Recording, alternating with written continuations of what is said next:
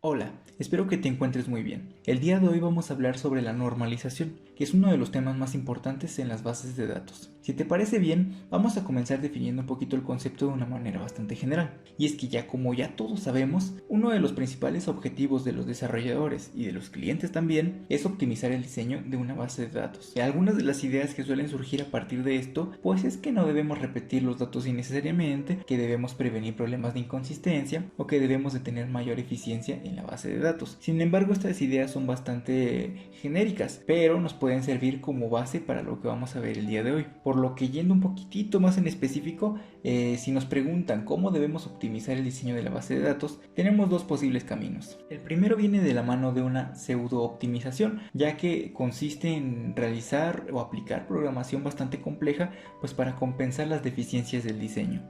Esto evidentemente no optimiza el diseño, sin embargo pues simula que lo optimiza y pues por lo tanto a largo plazo esto resulta bastante contraproducente, por lo que no es recomendable realizarlo. Por otro lado, y por el camino del bien, digámoslo así, tenemos plantear un buen diseño de la base de datos desde un inicio. Esto sin duda es una de las mejores ideas que podemos tener y de hecho eso es en lo que consiste la normalización. Por lo que vamos a continuar con esto y es el concepto de normalización, ya que definiéndolo de una manera bastante, digamos, genérica, tendremos que la normalización nos va a ayudar a convertir datos complejos, difíciles, como lo quieras ver, en tablas que son fáciles de entender y de mantener. Es decir, que son rentables. Y ya como tú sabrás, una de las cosas que los clientes siempre quieren es rentabilidad. Y con la normalización se las podemos brindar.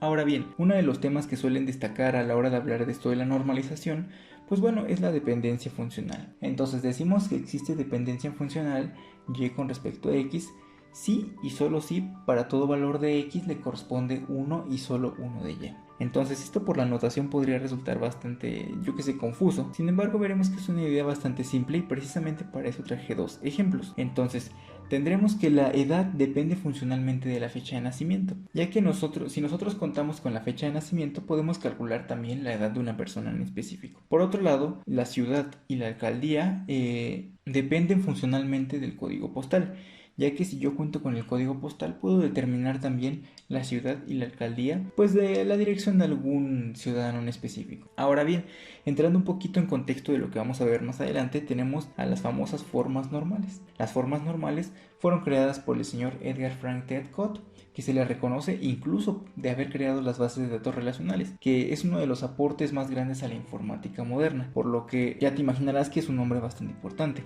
Entonces, el día de hoy vamos a ver las tres formas normales propuestas en 1970, que de hecho son las primeras tres, y pues bueno, estas nos van a ayudar a poder resolver la primera pregunta que nos hicimos al principio de esta presentación.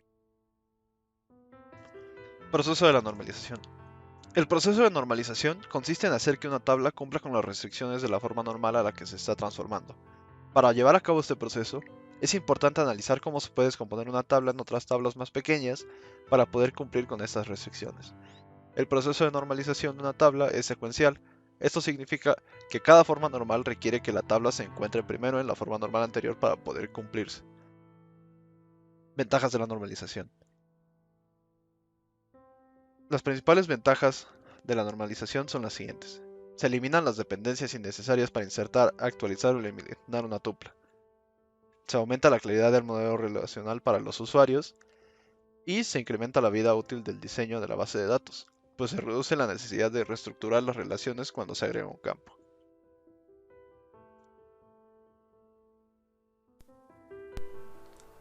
Para que se cumpla la primera forma normal, los valores de los atributos de una tabla deben ser atómicos, es decir, no deben existir conjuntos de valores dentro de una columna, debe existir una clave primaria, los atributos no deben ser nulos y no existen tuplas repetidas. Podemos observar que la tabla profesores cumple con estas características, tiene como clave primaria el ID profesor y cada columna contiene valores únicos y sin repetir. Pero puede existir el caso en que una tabla no cumpla con estas características. Observamos que la tabla contactos contiene un conjunto de valores en la columna nombre y en la columna teléfono. Por lo tanto, no existen valores únicos para cada columna. Al no ser atómicos estos valores, sería difícil buscar un número telefónico de un determinado contacto. La forma de contrarrestar esta situación es rediseñar la tabla, dividiendo cada entidad en tablas separadas. De esta manera la tabla quedaría dividida en contactos y teléfonos. Ahora ya cumple con la primera forma normal, Cabe mencionar que la decisión de separar la información dependerá de la forma en que se pretendan utilizar los datos. En el ejemplo anterior, la tabla teléfonos utiliza una clave primaria, compuesta, para que cada número de teléfono tenga una relación con un contacto en específico. Pero en algunas ocasiones suelen utilizarse claves primarias artificiales, o mejor conocidas como claves primarias sustitutas, las cuales se utilizan cuando una clave primaria no está disponible o no es práctica. En este ejemplo, la tabla series ya se encuentra dividida en actores y estudio, y cada una cuenta con su clave primaria sustituta, la cual establece la relación que se tienen con el resto de las columnas de la tabla. Sin embargo, al usar una clave primaria sustituta es importante mantener siempre una clave única, para garantizar que los registros duplicados no se creen inadvertidamente.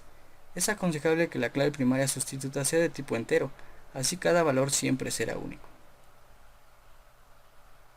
Se tienen varios tipos de relaciones que pueden existir entre dos tablas. Estas pueden ser uno a uno, uno a muchos o muchos a muchos.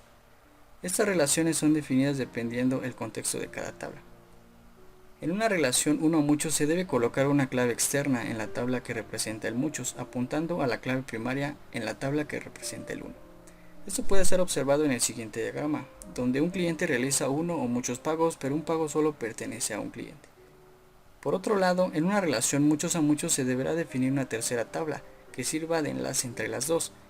Por ejemplo, en las tablas de series y actores se ha establecido este enlace. Ahora, mediante esta tercera tabla podemos consultar fácilmente los registros de series o actores.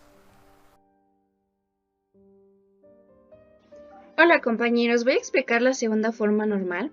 Como consideración es que se aplica a aquellas tablas que tienen clave principal y además es compuesta, como la tabla que se muestra en la pantalla, que tiene clave principal y está compuesta por ID película y ID usuario. Como dato, es que aquellas tablas que tengan una clave principal simple y además estén en primera forma normal son consideradas como tablas que ya están en la segunda forma normal, como la tabla que se muestra en pantalla. Tiene una clave principal simple que es ID director y además ya está en la primera forma normal, por lo que esta tabla está considerada que también ya está en la segunda forma normal. Las restricciones de la segunda forma normal es que la tabla debe estar en la primera forma normal y todos los campos secundarios de la tabla deben depender de la clave principal compuesta. Es decir, que todos los campos que no pertenezcan a la clave principal compuesta deben depender de la clave principal compuesta en su totalidad y no solo de una parte de esta. Un ejemplo que no cumple con estas restricciones es la tabla que se muestra en pantalla, porque por ejemplo los campos nombre usuario, apellido usuario y teléfono dependen solo de ID usuario y no de la clave principal compuesta en su totalidad. Sin embargo, este problema se resuelve separando aquellos campos que no dependen de la clave principal compuesta en su totalidad en otra tabla, como la tabla usuario con el nombre usuario, apellido usuario, teléfono usuario y el ID usuario, y dejando en la tabla descargas película aquellos campos que solo dependen de la clave principal compuesta. Entonces, como la tabla descargas películas ya está en su primera forma normal y además solo tiene campos secundarios que dependen de la clave principal compuesta, entonces ya está en la segunda forma normal. Además, la tabla usuario también ya está en la segunda forma normal porque está en la primera forma normal y además tiene una clave simple ID usuario. Bueno compañeros, eso sería todo de mi parte. Le paso la palabra a mi compañero Iván. Finalmente nos encontramos con la tercera forma normal. Para ello, pues tenemos que tener en consideración que es necesario que todas las columnas dependan directamente de la clave principal. Por ejemplo, en la tabla que nos encontramos en la parte derecha, ID película es la clave principal y los atributos título, duración y año de lanzamiento se encuentran directamente dependiendo de la clave principal. Todas las dependencias en este caso son funcionales. Por otro lado, vamos a tener la segunda consideración, y es decir, las tablas violan la tercera forma normal cuando hay una dependencia transitiva. Es decir, cuando una columna depende de otra que a su vez depende de la clave primaria. Por ejemplo, en la tabla que tenemos a la derecha, ID película es la clave principal, título, duración e ID género son atributos que dependen directamente de esta clave principal, pero nos encontramos con una nueva columna llamada género.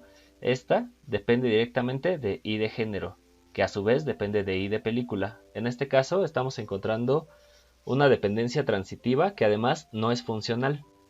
Recordemos que para lograr la tercera forma normal es necesario que las tablas únicamente contengan dependencias funcionales. Para ello, bueno, pues podríamos plantear una división de esta tabla en dos, en donde nos encontraríamos por un lado una tabla de películas cuya clave principal sea el I de películas y atributos dependientes título, duración, año de lanzamiento e I de género. En este caso, todas las dependencias son funcionales. Y por el otro lado encontraremos una tabla género, en donde podremos encontrar la clave principal I de género y el atributo nombre del género. Asimismo, el nombre de género es dependiente funcionalmente de la clave principal llamada I de género. En este caso, bueno, pues hemos logrado normalizar la tabla. Finalmente, recordemos que el uso de estas tres formas normales nos permitirán organizar, gestionar y estructurar nuestra base de datos. Esto nos ofrece una herramienta para diseñar de una manera más eficiente nuestra base de datos y así evitar información repetitiva y reiterativa. Y bueno, pues finalmente les agradecemos por su atención. Hasta luego.